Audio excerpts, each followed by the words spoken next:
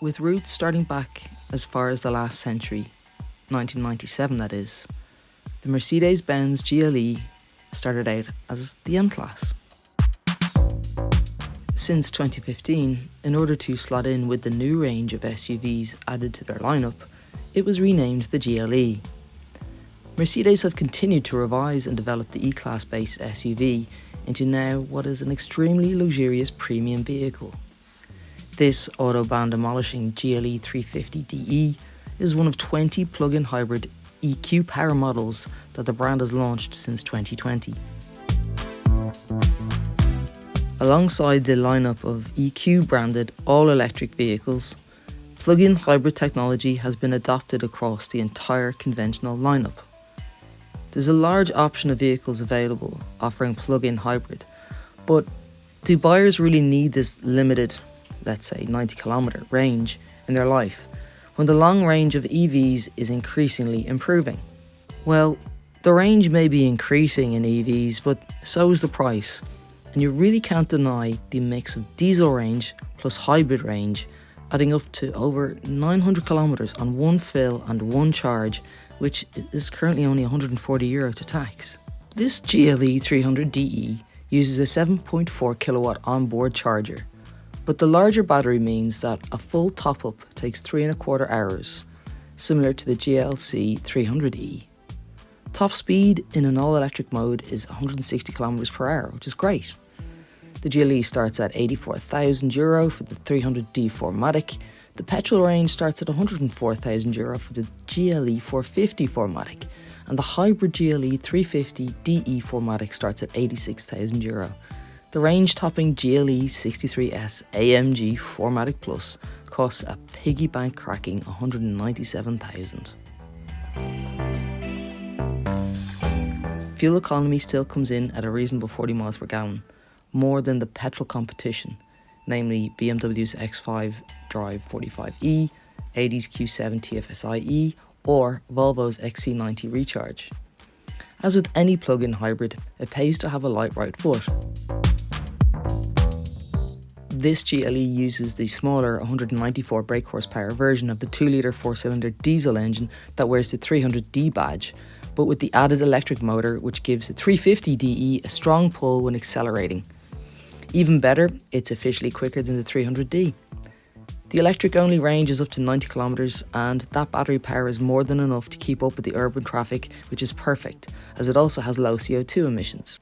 The 350DE will charge to 80% power in about 20 minutes from a 50 kilowatt rapid charging point.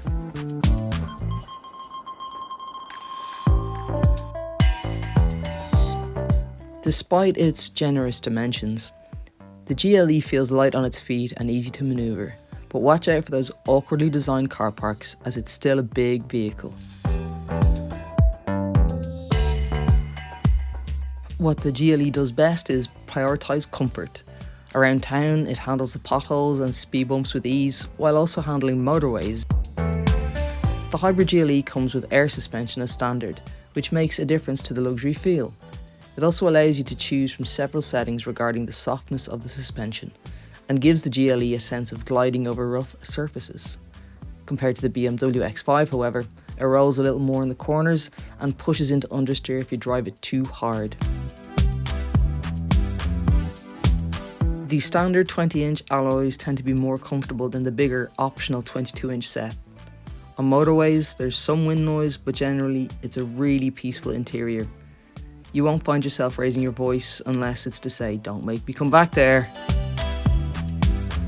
The 4MATIC means four-wheel drive is standard, so the GLE has some off-road ability, although the standard tyres will limit just how far you can go. With a torque figure of 700 Nm, it's good at getting up to motorway speeds from the slip roads.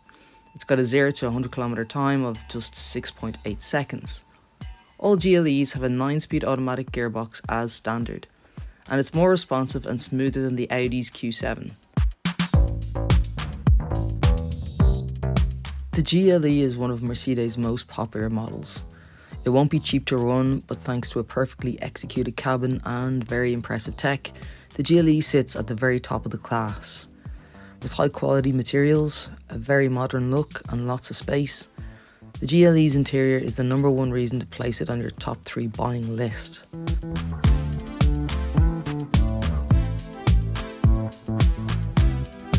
It features a widescreen 12-inch display that dominates the dashboard. It blends into the digital dials on the second screen behind the wheel very nicely as well.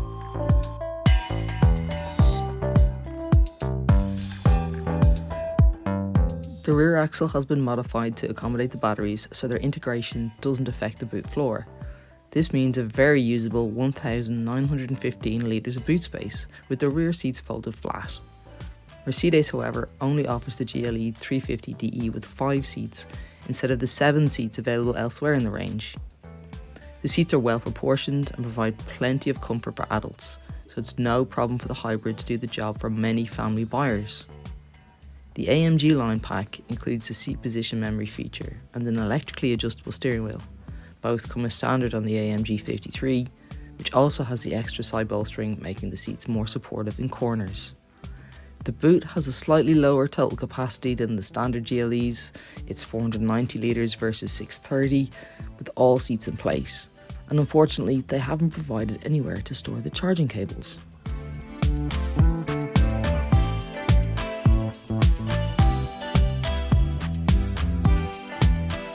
The material quality inside the cabin really is excellent. It's well put together and feels luxurious, just as a Mercedes should. It has slab sides and yet is softer looking than the BMW X5, and Volvo's XC90 has a pared back and traditional look that some might prefer.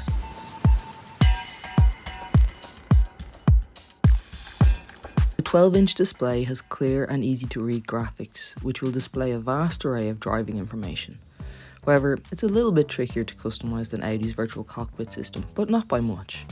While the haptic pads on the steering wheel are a bit fiddly, the relatively few buttons on the dashboard are simple and easy to use.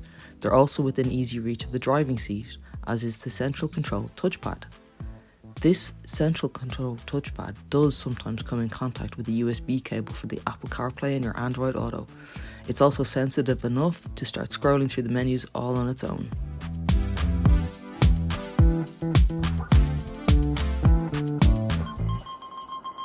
There are plenty of features included in the infotainment, as well as your standard Bluetooth and sat-nav. You've also got Hey Mercedes voice command functions, which recognise speech more effectively than the systems of many rivals. There's plenty of space in the GLE, the front seats are comfortable and the heated seats are standard. In the back there's loads of leg and headroom, with tall adults easily having plenty of space. And that comfortable ride is perfect for those long road trips. There's a large central bin in the GLE, plus some extra storage behind the gear selector. The door bins are large and have space for lots of big water bottles.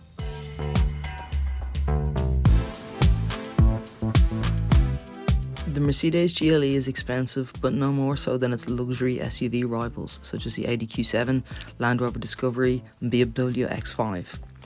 It also comes with an impressive list of standard safety equipment, including blind spot monitoring and the rather heavy-handed lane keeping assist. There's also automatic emergency braking and a pop-up bonnet to protect pedestrians in a collision. Where Mercedes beat their rivals is in cosseting and well thought out interiors, and on air suspension, it's a mile-munching comfortable cruiser.